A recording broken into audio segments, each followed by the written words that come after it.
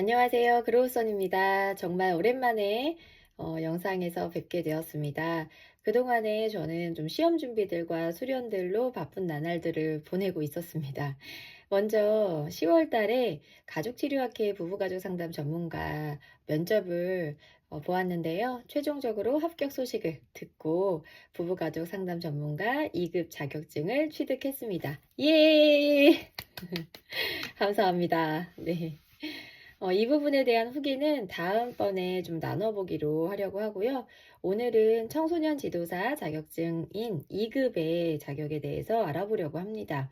이제 곧 12월이 다가오고 있잖아요. 그래서 12월 초반이 되면 이 청소년 지도사 면접이 있기 때문에 상담을 공부하시거나 또 청소년 관련 일에 관심 있으신 분들 중에는 또 이 자격증에도 관심을 갖고 계시지 않을까 생각이 들기도 하고요. 실제 면접을 준비하시는 분들도 있을 거라 생각이 듭니다. 청소년 지도사 자격증은 좀 다른 자격증들에 비해서도 좀 공부하고 취득까지의 접근성이 좋다는 생각을 저는 좀 개인적으로 가지고 있어요.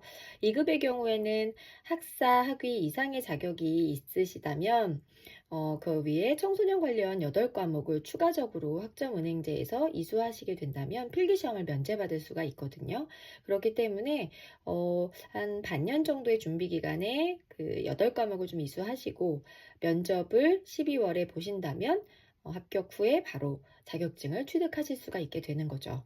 그래서 청소년 지도사는 면접의 경우에 12월에 매년 한 번씩 1년에 있기 때문에 잘 이 시기를 조율해서 필기시험 면제 기간을 좀 잡으시는 게 중요하다고 생각이 듭니다. 저는 작년에 면접을 보고 2급의 자격을 취득했답니다. 그래서 면접의 현장 분위기나 면접의 질문들에 대해서 오늘은 함께 이야기를 나눠보도록 하겠습니다. 우선 12월에 이제 면접 일정이 나오게 되는데요. 12월 면접 일정이 일주일 정도 기간이 잡혀 있어요. 그런데 본인이 다양한 그 날짜와 시간 속에서 선택할 수가 있습니다. 면접의 기간에 시간이 다양하기 때문에 자신에게 맞는 날짜와 시간들을 선택하는 것이 되게 중요하다고 생각이 들어요. 저의 경우에는 시간의 경우에 좀 초점을 맞췄는데요. 날짜의 경우에는 제가 가능한 일정의 조금 몇 날짜 중에서 뒷부분이 아닌 최대한 조금 앞쪽이나 중간 날짜로 선택을 했고요. 시간의 경우는 제 기억에는 12시에서 2시 사이쯤에 있는 시간을 선택했던 것 같아요. 왜냐하면 면접관 입장에서 좀 생각을 해봤는데요. 면접관 입장에서 피로도적인 부분이나 지원자를 보는 느낌이 오전이나 오후에 좀 어떨까 생각을 해봤어요. 그래서 너무 앞 시간이라면 또는 너무 뒷시간에 오후 시간이라면 좀 피로도적인 측면에서 또 많은 지원자를 받거나 혹은 너무 초반에 지원자를 보는 느낌이라면 그것이 좀 영향을 미칠 수 있겠다. 라고도 한편으로는 좀 생각을 해봐서 그래서 시간대를 좀 12시에서 2시 사이에 너무 이르지 않은 시간쯤으로 선택을 했던 것 같습니다.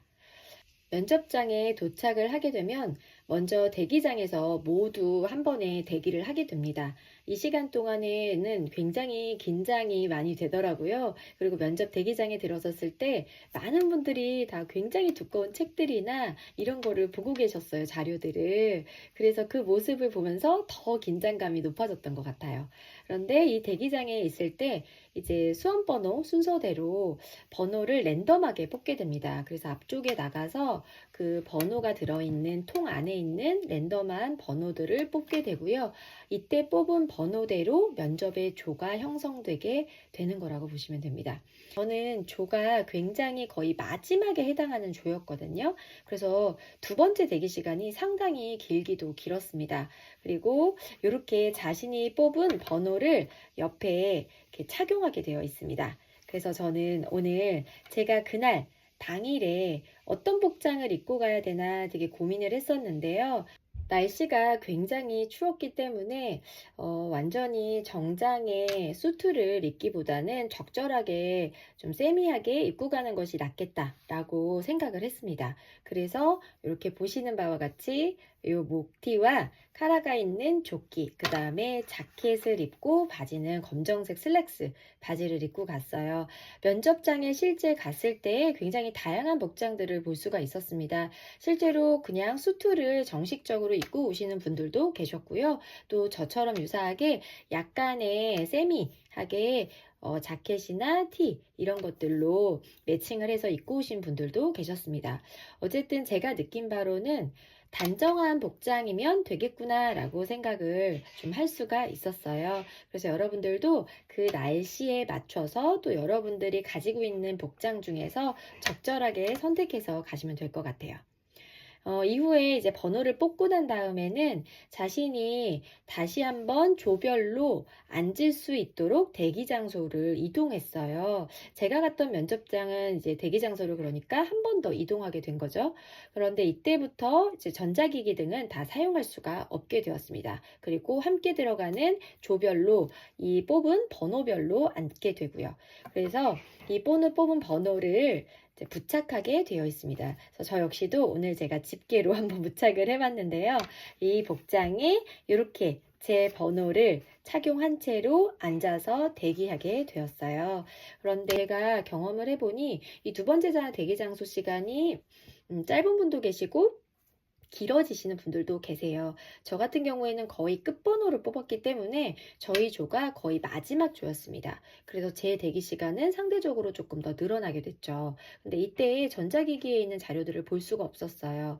그래서 거기 계시는 감독관님들께 혹시 제가 자료만 여기 태블릿 PC에 있어서 볼 수가 없느냐라고 여쭤봤더니 공평하게 그럴 순 없다라고 말씀하시더라고요. 그래서 어쩔 수 없이 저는 이 시간 동안에 그냥 조금 앉아 있어서 앉아 있게 되었거든요. 그래서 좀 긴장만 완화시킬 수 있도록 노력하는 시간이 되었죠. 그래서 꼭 지면으로 된 자료들도 구비해 가시기를 당부를 드립니다. 자, 이제 시험장으로 이동을 하게 됐더니 이제 그 이후에 실제 면접관이 세 분이 앉아 계셨어요. 그리고 제가 갔던 시험장 역시도 세 명씩 한 조가 되었어요. 혹은 어떤 그룹은 네 명이 되는 그룹도 있기도 하더라고요. 근데 저는 세 명으로 한 조가 이제 구성이 되었었고요.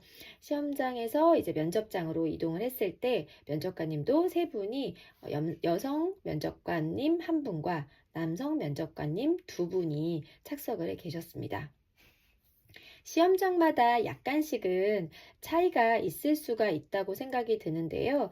제가 갔던 시험장에서는 면접관이 사전에 공지를 먼저 안내로 말씀해 주셨어요. 제 면접 시간 동안에 세 가지 질문만 할 예정이고 추가 질문이 없다. 그렇기 때문에 최대한 세 가지 질문 주어진 곳에서 답변을 많이 할 수 있는 만큼 최대한 많이 했으면 좋겠다라고 말씀을 해주셨어요. 그러면 저희 조에서 받았던 질문들을 이제 좀 복기해 보면서 이야기를 드려보도록 할게요. 먼저 제가 받았던 질문들과 어떤 방향을 가지고 답변했는지 이야기 나눠보려고 하는데요. 기본적인 청소년 지도사로서의 자질에 관련된 질문이 첫 번째로 나왔던 것 같아요. 그래서 저는 청소년 지도사가 갖추어야 할 윤리적인 자질은 어떤 부분들이 있는가라는 질문이 첫 질문이었거든요. 그래서 이 부분에 대해서 제가 알고 있었던 부분과 가지고 있는 생각을 곁들여서 첫 번째, 두 번째의 형식으로 갖추어서 답변을 드렸어요. 그리고 두 번째 질문은 이론적인 지식을 요구하는 질문이었어요. 저에게는 청소년 수련활동 인증제에 대해서 이야기해보라 라는 질문이었는데요. 청소년 수련활동 인증제가 생기게 된 취지를 좀 기억해서 이것을 가지고 저는 답변을 마련했습니다. 그래서 청소년들이 활동하는 데 있어서 좀 위험한 요소가 발생할 수 있는 활동에 대해서 안전하게 청소년들이 활동을 해야 하기 때문에 이러한 취지에서 수련활동 인증제가 마련된 것이고 그것들을 인증하기 위한 것으로 활동에 대한 기록을 하고 그것을 보관하는 기능을 하는 것이다라는 것에 초점을 맞춰서 답변을 좀 풀어 나갔고, 이 수련활동 인증제의 형식에 대해서 기본형이나 숙박형 등의 어떤 것들이 구분되어 있는지를 답변으로 구성해서 말씀을 드렸습니다. 세 번째 질문은 청소년 지도사가 갖추어야 하는 창의성이나 어떤 문제 해결 능력에 관련된 질문이었다라고 생각이 들어요. 그래서 저는 만약에 여성가족부 장관이 된다면 본인이 어떻게 청소년 정책을 어, 방향성을 가지겠는가, 이런 질문을 받았거든요. 그래서 이 질문을 받았을 때 조금 당황스러웠어요. 어떻게 해야 하나 했는데, 평소에 제가 조금 그 당시에 관심을 갖고 있었던 부분을 답변화해서 말씀을 드렸습니다. 그래서 저의 경우에는 제가 만약에 여성가족부 장관이라면 정서 중심의 방향성을 가지고 정책을 펼쳐 나가겠다라고 먼저 핵심을 말씀드렸고요. 그에 대한 이유로 코로나 기간 동안에 청소년들의 교류나 관계 형성의 기회가 현격하게 떨어졌음에 대해서 이야기를 드렸고, 근거에 대해서 실제 그 당시 제가 최근에 봤던 학교폭력 실태 조사에 대한 것을 구체적 근거로 이야기를 드렸습니다. 그래서 23년도 학교폭력 실태 조사를 했던 결과에서 각 학교급의 모든 학교 폭력이 증가했음을 좀 알 수가 있었고, 전문가들이 이에 대한 원인으로 또래 집단들의 교류 경험들이 적었고, 정서를 조절하거나 갈등을 조정하는 경험이 낮아져서 이로 인해서 청소년들의 학교 폭력이 증가한 것으로 보인다라는 의견이 있었다는 것을 첨부해서 말씀을 드렸어요.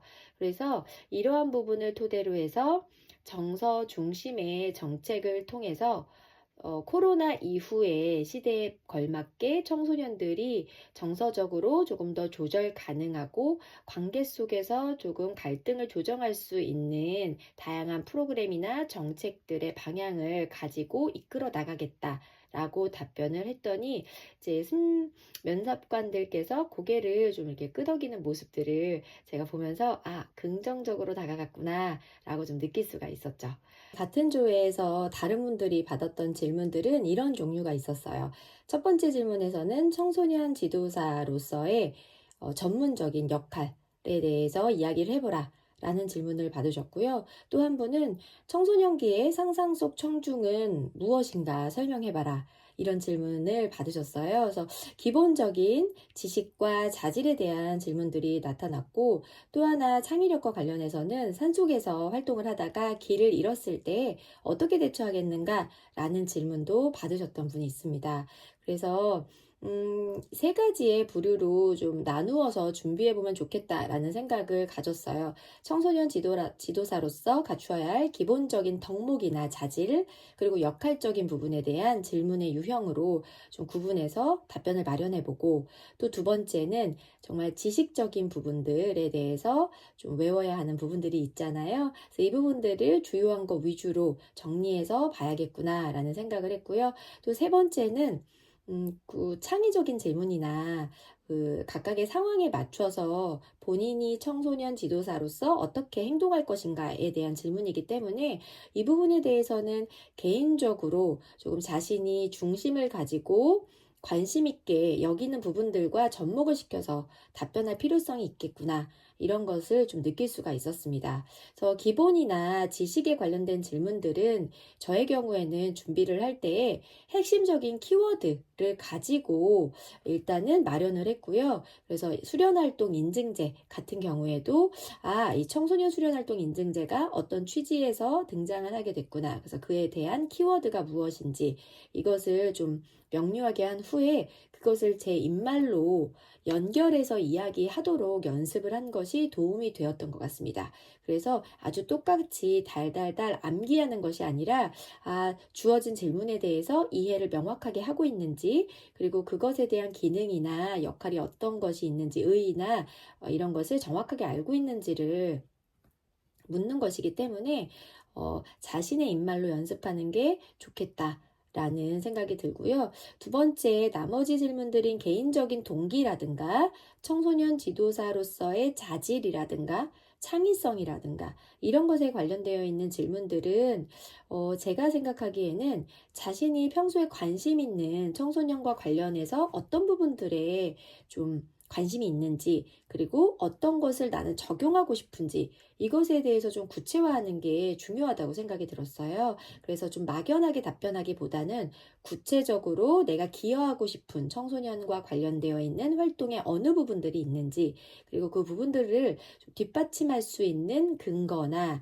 자신의 역량이나 준비한 부분들에 대해서 근거를 제시하는 것이 조금 더 설득력이 있다. 라는 생각을 했습니다. 그래서 저의 경우에는 운이 좋게 그 여성가족부 장관의 이야기를 좀 나왔을 때 제가 그 즈음에서 정서 중심과 관련해서 관심을 갖고 있었기 때문에 연결지어서 좀 답변을 할 수가 있었고, 실제 관련되어 있는 기사나 연구 논문들을 좀 봤던 기억이 있어서 그 부분에 대한 자료를 인용해서 설득력 있게 좀 이야기했던 것이 도움이 됐다고 생각이 들거든요. 그래서 평소에, 그러니까 올해의 청소년들의 이슈나 관련되어 있는 기사나 또 관심 분야를 중심으로 해서 연결지어서 답변하실 수 있다면 이제 면접 때 좋은 결과가 있지 않을까 생각이 또 듭니다. 결론적으로는 자신의 답변을 어떻게 구성해서 설득하느냐, 이게 중요하구나라는 생각을 좀 했고요. 청소년 지도사로서 본인이 가지고 있는 어떤 부분에 대한 관심과 흥미, 또 기여점이 있을지에 대한 부분을 정리하는 것이 좋겠다. 라는 생각을 좀 해보았습니다. 면접이 끝난 다음에 너무너무 긴장이 되었었는데요. 저랑 같이 들어갔던 이제 조원분들께서 나오자마자 어쩜 이렇게 잘 답변을 하셨냐라고 칭찬들을 해주셨어요. 그래서 조금, 내가 답변이 좀 설득력이 있었나? 이런 생각을 했었던 기억이 납니다. 그리고 그 결과로 15점 만점에 저는 15점으로 면접을 합격할 수가 있었습니다. 예. 여러분들도 다음 달 12월에 면접에 좋은 결과가 있으시기를 정말로 응원드리고요. 모두 모두 화이팅입니다.